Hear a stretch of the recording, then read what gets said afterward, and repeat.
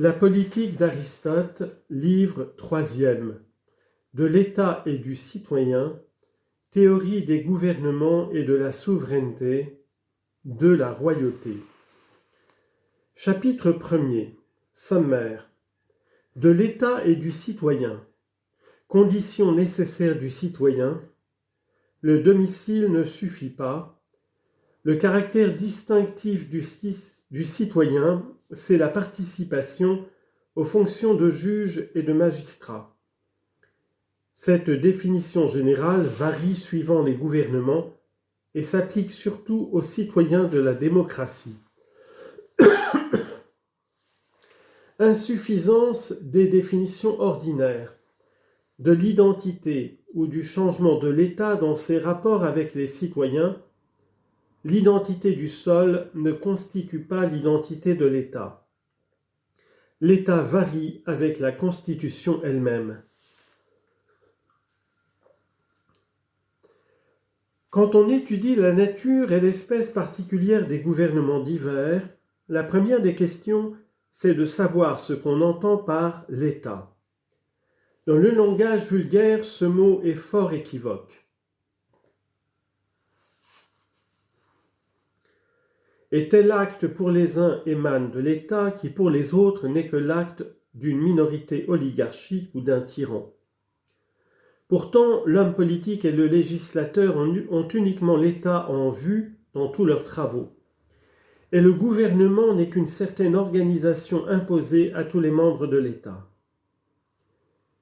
Mais l'État n'étant comme tout autre système complet et formé de parties nombreuses qu'une agrégation d'éléments, il faut évidemment se demander tout d'abord ce que c'est que le citoyen, puisque les citoyens, en certain nombre, sont les éléments mêmes de l'État. Ainsi, recherchons en premier lieu à qui appartient le nom de citoyen et ce qu'il veut dire, question souvent controversée et sur laquelle les avis sont loin d'être unanimes, tel étant citoyen pour la démocratie, qui cesse souvent de l'être pour un État oligarchique. Nous écarterons de la discussion les citoyens qui ne le sont qu'en vertu d'un titre accidentel, comme ceux qu'on fait par un décret. On n'est pas citoyen par le fait seul du domicile, car le domicile appartient encore aux étrangers domiciliés et aux esclaves. On ne l'est pas non plus par le seul droit d'ester en justice comme demandeur et comme défendeur, car ce droit peut être conféré par un simple traité de commerce. Le domicile et l'action juridique peuvent donc appartenir à des gens qui ne sont pas citoyens. Tout au plus, dans quelques États, limitons la jouissance pour les domiciliés. On leur impose par exemple de se choisir une caution, et c'est une restriction au droit qu'on leur accorde. Les enfants qui n'ont pas encore atteint l'âge de l'inscription civique et les vieillards qui en ont été rayés sont dans une position presque analogue. Les uns et les autres sont bien certainement citoyens, mais on ne peut leur donner ce titre d'une manière absolue, et l'on doit ajouter pour cela qu'ils sont des citoyens incomplets. Pour ceux-ci qui sont des citoyens émérites. Qu'on adopte, si l'on veut toute autre expression, les mots importent peu. On comprend sans peine quelle est ma pensée. Ce que je cherche, c'est l'idée absolue du citoyen, dégagée de toutes les imperfections que nous venons de signaler. À l'égard des citoyens notés d'infamie et des exilés, même difficulté et même solution. Le trait éminemment distinctif du vrai citoyen, c'est la jouissance des fonctions de juge et de magistrat. D'ailleurs, les magistratures peuvent être tantôt temporaires, de façon à n'être jamais remplies deux fois par le même individu, ou bien limitées, suivant toute autre combinaison, tantôt générale et sans limite, comme celle de juges et de membres de l'Assemblée publique. On ira peut-être que ce soit là de véritables magistratures et qu'elles confèrent quelques pouvoirs aux individus qui en jouissent. Mais il nous paraîtrait assez plaisant de n'accorder aucun pouvoir à ceux-là même qui possèdent la souveraineté. Du reste, j'attache à ceci peu d'importance. C'est encore une question de mots. La langue n'a point de terme unique pour rendre l'idée de juge et de membre de l'Assemblée publique. J'adopte, afin de préciser cette idée, les mots de magistrature générale et j'appelle citoyens tous ceux qui en jouissent. Cette définition du citoyen s'applique mieux que tout autre à ceux que l'on qualifie ordinairement de ce nom. Toutefois, il ne faut pas perdre de vue que, dans toute série de choses où les sujets sont spécifiquement dissemblables, il peut se faire que l'un soit premier, l'autre second, et ainsi de suite, et qu'il n'existe pourtant entre eux aucun rapport de communauté dans la nature essentielle de ces choses, ou bien que ce rapport ne soit qu'indirect. De même, les constitutions se montrent à nous diverses dans leurs espèces, celle-ci au dernier rang, celle-là au premier, puisqu'il faut bien placer les constitutions faussées et corrompues après celles qui ont conservé toute leur pureté. Je dirai plus tard ce que j'entends par constitution corrompue. Dès lors, le citoyen varie nécessairement d'une constitution à l'autre, et le citoyen tel que nous l'avons défini est surtout le citoyen de la démocratie. Cela ne veut pas dire qu'il ne puisse l'être encore ailleurs, mais il ne l'y est pas nécessairement. Quelques constitutions ne reconnaissent pas de peuple. Au lieu d'assemblée publique, c'est un Sénat. Et les fonctions de juge sont attribuées à des corps spéciaux, comme à Lacédémone, où les efforts se partagent toutes les affaires civiles, où les gérontes connaissent les affaires de meurtre, et où les autres causes peuvent ressortir encore à différents tribunaux. Et comme à Carthage, où quelques magistratures ont le privilège exclusif de tous les jugements. Notre définition du citoyen doit donc être modifiée en ce sens. Nulle part ailleurs que dans la démocratie, il n'existe de droit commun et illimité d'être membre de l'Assemblée publique et d'être juge. Ce sont au contraire des pouvoirs tout spéciaux, car on peut étendre à toutes les classes de citoyens ou limiter à quelques-unes la faculté de délibérer sur les affaires de l'État et celle de juger. Cette faculté même peut s'appliquer à tous les sujets ou bien être restreinte à quelques-uns.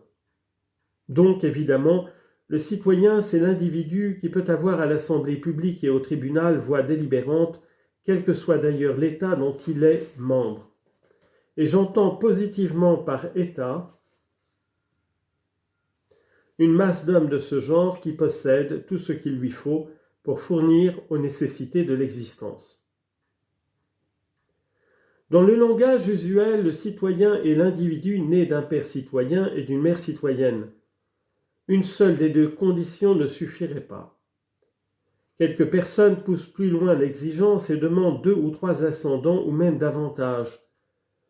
Mais de cette définition qu'on croit aussi simple que républicaine, naît une autre difficulté, c'est de savoir si ce 3e ou 4e ancêtre est citoyen. Aussi Gorgias de Léoncium, moitié par embarras, moitié par moquerie, prétendait-il que les citoyens de Laris étaient fabriqués par des ouvriers qui n'avaient que ce métier-là et qui fabriquaient des Lariciens comme un potier fabrique un pot. Pour nous, la question serait fort simple.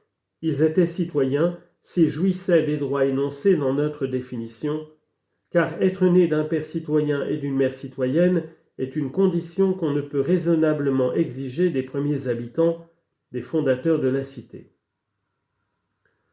On révoquerait en doute avec plus de justice le droit de ceux qui n'ont été faits citoyens que par suite d'une révolution, comme Clisthène en fit tant après l'expulsion des tyrans à Athènes, en introduisant en foule dans les tribus les étrangers et les esclaves domiciliés. Pour cela, la vraie question est de savoir non pas s'ils sont citoyens, mais s'ils le sont justement ou injustement. Il est vrai que même à cet égard, on pourrait se demander encore si l'on est citoyen quand on l'est injustement. L'injustice équivalant ici à une véritable erreur. Mais on peut répondre que nous voyons tous les jours des citoyens injustement promus aux fonctions publiques, n'en être pas moins magistrats à nos yeux, bien qu'ils ne le soient pas justement. Le citoyen est pour nous un individu investi d'un certain pouvoir. Il suffit donc de jouir de ce pouvoir pour être citoyen, comme nous l'avons dit. Et même les citoyens faits par Clisthène l'étaient bien positivement. Quant à la question de justice ou d'injustice, elle se rattache à celle que nous avions posée en premier lieu. Tel acte est-il émané de l'État ou n'en est-il pas émané? C'est ce qui peut faire doute dans bien des cas. Ainsi, quand la démocratie succède à l'oligarchie ou à la tyrannie, bien des gens pensent qu'on doit décliner l'accomplissement des traités existants contractés, disent-ils, non par l'État, mais par le tyran. Il n'est pas besoin de citer tant d'autres raisonnements du même genre qui se fondent tous sur ce principe, que le gouvernement n'a été qu'un fait de violence sans aucun rapport à l'utilité générale. Si la démocratie de son côté a contracté des engagements, ces actes sont tout aussi bien actes de l'État que ceux de l'oligarchie et de la tyrannie. Ici, la vraie difficulté consiste à reconnaître dans quel cas on doit soutenir, ou que l'État est resté le même, ou qu'il n'est pas resté le même, mais qu'il est complètement changé. C'est un examen bien superficiel de la question que de considérer seulement le lieu et les individus, car il peut arriver que l'État ait son chef-lieu isolé et ses membres disséminés, ceux-ci résidant dans tel endroit et ceux-là dans tel autre. La question ainsi envisagée deviendrait extrêmement simple et les acceptions diverses du mot « cité » suffisent sans peine à la résoudre. Mais à quoi reconnaîtra-t-on l'identité de la cité quand le même lieu reste constamment occupé par des habitants? Ce ne sont certainement pas les murailles qui constitueront cette unité, car il serait possible en effet d'enclore d'un rempart continu le Péloponnèse entier. On a vu des cités avoir des dimensions presque aussi vastes et représenter dans leur circonscription plutôt une nation qu'une ville. Témoin Babylone, prise par l'ennemi depuis 3 jours, qu'un de ses quartiers l'ignorait encore. Du reste, nous trouverons ailleurs l'occasion de traiter utilement cette question. L'étendue de la cité est un objet que l'homme politique ne doit pas négliger, de même qu'il doit s'enquérir des avantages d'une seule cité ou de plusieurs dans l'État. Mais admettons que le même lieu reste habité par les mêmes individus. Dès lors, est-il possible, tant que la race des habitants reste la même, de soutenir que l'État est identique malgré l'alternative continuelle des décès et des naissances, de même qu'on admet l'identité des fleuves et des sources, bien que les ondes s'en renouvellent et s'écoulent perpétuellement? Ou bien doit-on prétendre que seulement les hommes restent les mêmes, mais que l'État change? L'État, en effet, est une sorte d'association. S'il est une association de citoyens obéissant à une constitution, cette constitution venant à changer et à se modifier dans sa forme, il s'ensuit nécessairement, ce semble, que l'État ne reste pas identique. C'est comme le cœur qui, figurant tour à tour dans la comédie et dans la tragédie, est changé pour nous, bien que souvent il se compose des mêmes acteurs. Cette remarque s'applique également à toute autre association, à tout autre système qu'on déclare changer quand l'espèce de la combinaison vient à l'être. C'est comme l'harmonie, où les mêmes sons peuvent donner tantôt le mode dorien, tantôt le mode phrygien. Si donc ceci est vrai, c'est à la Constitution surtout qu'il faut regarder pour prononcer sur l'identité de l'État. Il se peut d'ailleurs qu'il reçoive une dénomination différente, les individus qui le composent demeurant les mêmes, ou qu'il garde sa première dénomination malgré le changement radical des individus.